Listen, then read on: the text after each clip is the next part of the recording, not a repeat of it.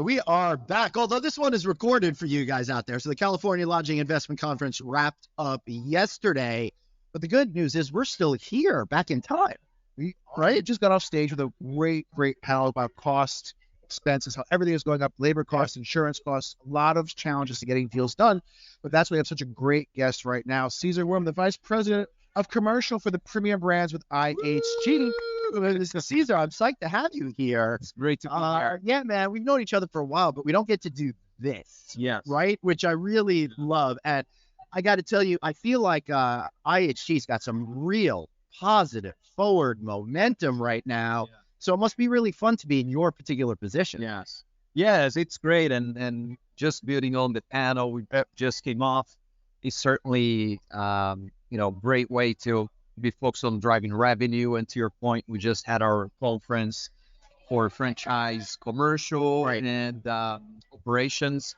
And we discussed a lot about that, the momentum that we're having as a company over the last few years, everything from the loyalty build to the brands that we're developing, development, performance, technology. So it feels good. There's always more to do. Yeah, it feels good. For sure. So Cesar, again, we're talking about all these expenses, all these different challenges that owners are facing right now. And obviously one way to kind of fix that is driving top line. Yes. And that's where you're heavily focused on. You're going to be doing a panel shortly on that.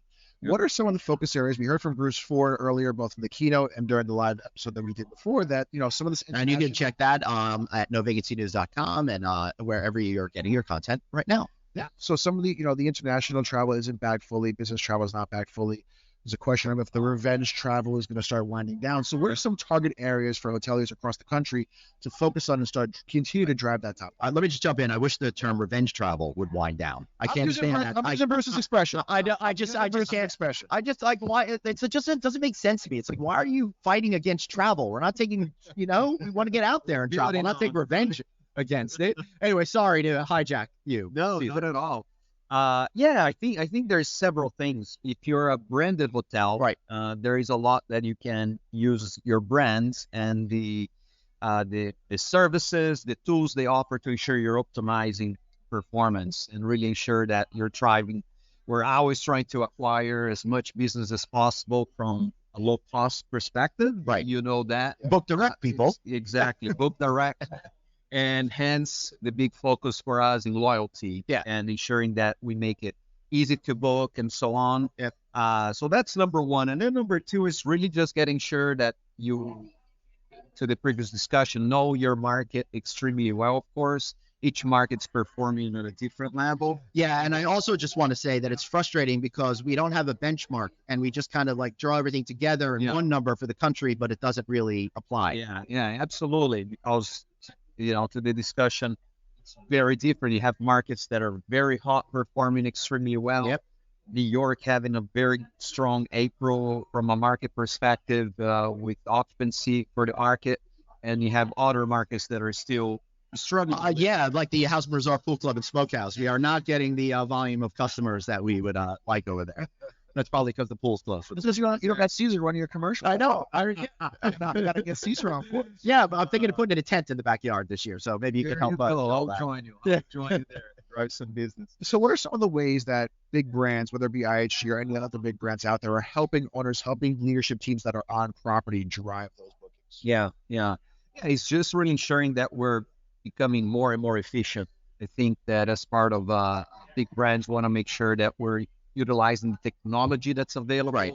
So utilizing AI, we're launching a new forecasting and pricing model to ensure that is much more data driven and build the trust. So then you free up people to really do what a computer can do. Exactly. And I think that we are really at the forefront of that. And we didn't really address this issue with the panel that we just had now, which had a labor component to it.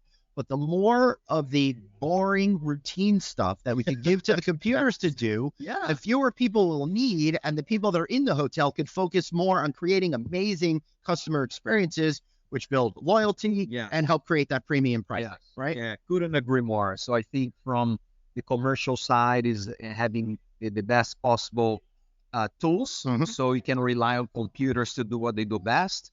and then allow for the strategic thinking and engagement with customers, with clients, with global sellers to ensure that we're, really driving all channels. Yeah. And I think you're spot on. I think the beauty of the AI, Gen AI, is that there's so much that we can do to rely on the machines to do what they do best, and we become better at those touch points that they, can't deliver on right now. Yeah, for sure.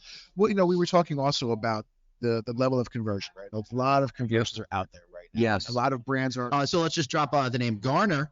Hotels, their brand new mid-scale conversion brand. Make sure you check out my video with the incredible Karen Gilbride, where we talk all about the brand and do a VR tour of that. Again, you can find that at novacancynews.com. Absolutely. So as someone like you, Cesar, who is responsible for driving marketing and driving revenue to the various brands that are out there, how do you keep it under control and be able to differentiate, which segment this new brand or any brand really in the system is targeting, and then drive that focus to those specific people as it expands out to have more and more brands? Yeah. Great point, and great interview with her. Yeah, she's the best. Awesome. She's just so easy to talk to. I think I spent 20 minutes after the talk telling her how awesome she is, which she is, by the way. Yeah, she is. But yeah, I think it starts with the right offering. Now make sure that we partner with owners on the right brands for the right markets. And the addition of Garner, for example, is a white space that we had. We identified that's a quick fit.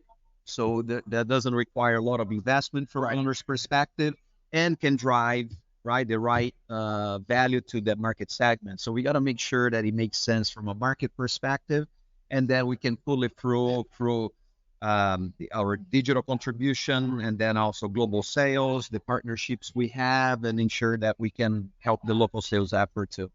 Yeah, and that's important. All right, so one of the things that I'm hyper focused on right now is I'm really afraid that we're not going to be able to continue pushing rates. So we have to kind of think about this a little bit differently. Yes. If you focused on premium brands, you have a great opportunity to think about total revenue per the individual human being, that customer.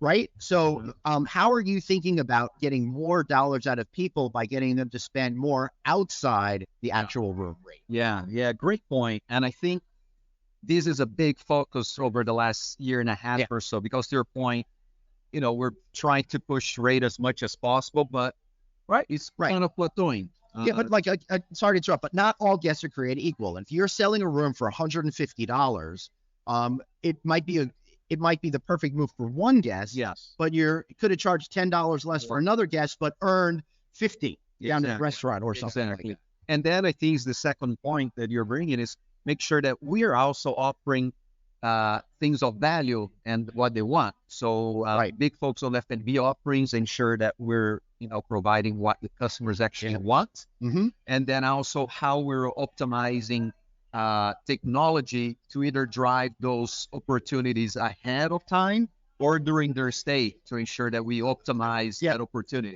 Two things I don't want: free complimentary newspaper and local calls. That's not part of the manager's. Yeah, I still see some of that sometimes on the resort fee thing, and I'm like, seriously, this is killing Bill Facts. Yeah. Oh yeah. It's funny. Facts. One of the major casino resorts included the resort fee was you could get stuff notarized, right? So I felt like I just wanted to go down there and have someone notarize stuff all day long, so I could feel like I'm getting value.